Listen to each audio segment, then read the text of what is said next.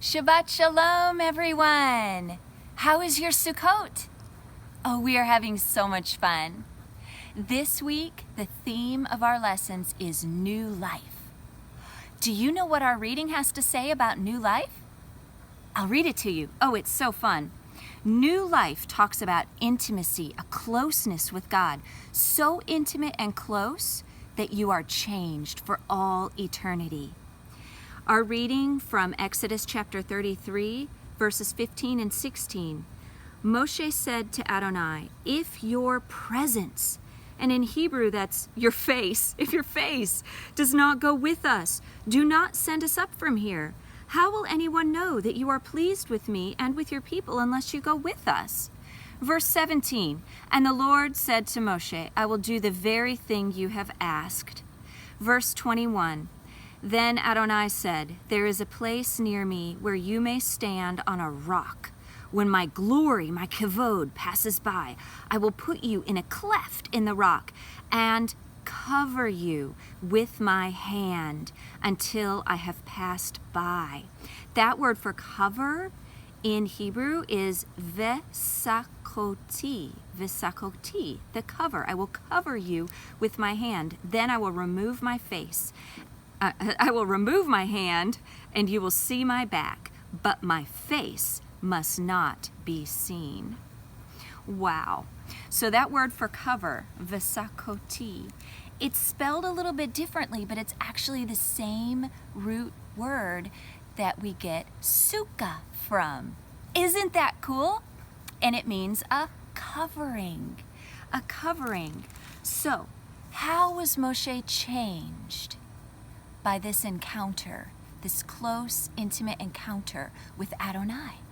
Let's turn the page and find out.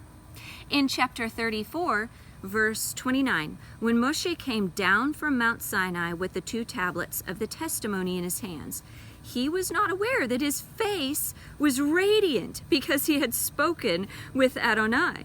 When Aaron and all the Israelites saw Moshe, his face was radiant and they were afraid to come near him. So what happened to his face?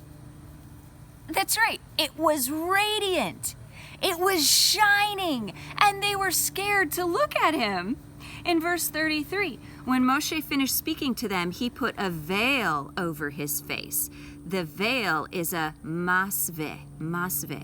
But whenever he entered Adonai's presence to speak with him, he removed the veil until he came out. And when he came out and told the Israelites what he had been commanded, they saw that his face was radiant. Then Moshe would put the veil back over his face until he went in to speak with Hashem, with Adonai. Do you know anyone else's face that became radiant after meeting with Adonai in his presence?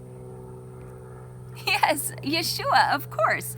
In Matthew chapter 17, after 6 days, Yeshua took with him Peter, James, and John, the brother of James, and led them up a high mountain by themselves. There he was transfigured before them. He was changed. His face shone like the sun, and his clothes became as white as the light. Just then there appeared before Moshe and Elijah talking with Yeshua. Peter said to Yeshua, Lord, it is good for us to be here. If you wish, I will put up 3 shelters, one for you, one for Moshe, and one for Elijah. What did Peter want to put up? Shelters, that's right. Those are Sukkot. He wanted to build a sukkah. So what is the connection between a changed face, when you're in the presence of Adonai, and a sukkah? Let's go to Isaiah to find out. Isaiah 25, verse 6.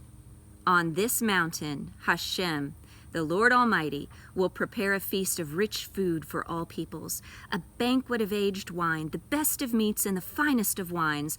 On this mountain, he will destroy the shroud that enfolds all peoples, the sheet that covers all nations. He will swallow up death forever.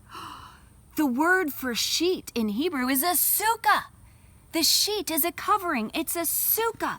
And what is Adonai going to do with this sukkah? It's covering them up.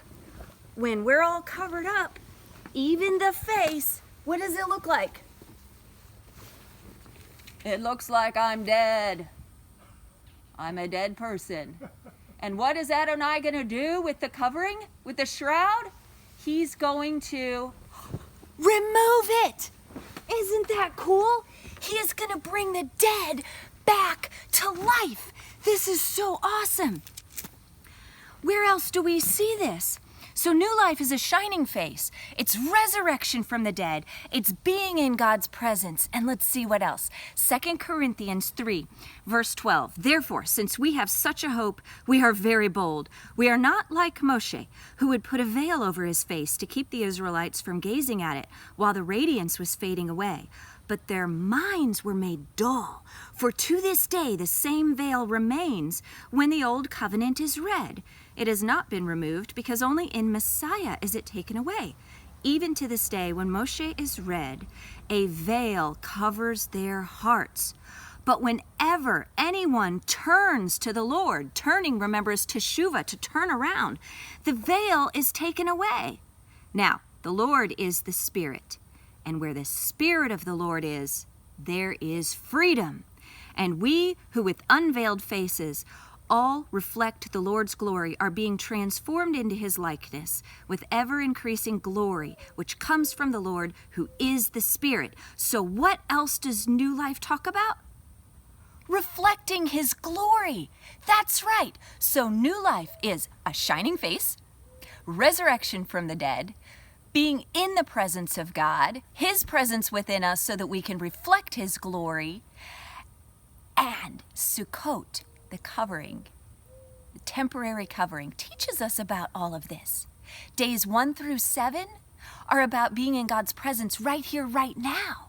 And day 8 talks about being with him into all eternity. This is forever.